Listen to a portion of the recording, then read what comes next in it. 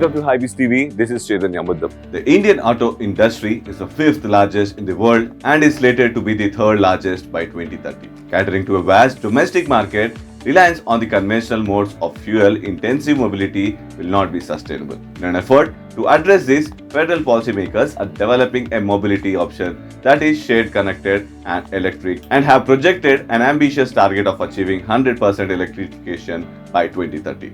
By making the shift towards electric vehicles, India stands to benefit on many fronts.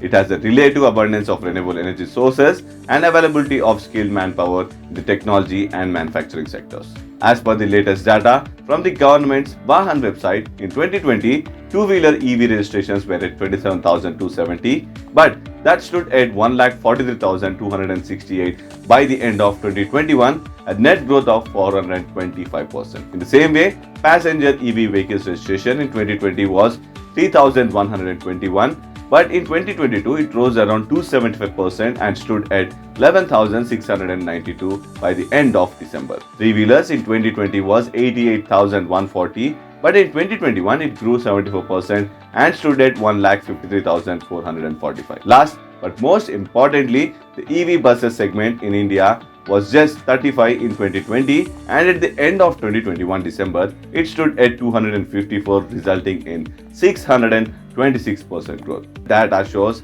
how fast the EV segment is growing in Indian market. Electric two-wheelers alone contributed 48.6% to the total EV registrations. Electric cars contributed 5% and the electric cargo three-wheelers contributed 4.3%. The study also reveals that Uttar Pradesh was the state where the maximum number of electric vehicles were registered in December 2021. It claims that 23% of the total EV registrations in December month were done in Uttar Pradesh, clocking more than 10,000 units. Maharashtra 13%, Karnataka 9%, Rajasthan 8% and Delhi 7% were the other states in the top 5 positions. Tamil Nadu too contributed 7% of total EV registrations in India in December 2021. Electric vehicles are finding an increasingly number of takers in India, especially driven by the surging demand for electric two-wheelers.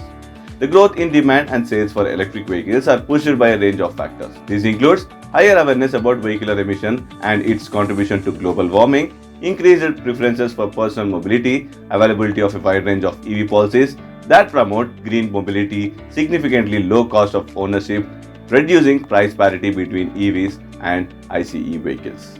So thus, India is going to be a number one in the EV segment by 2030. So that's all from the story. This is Chaitanya Muddam signing off.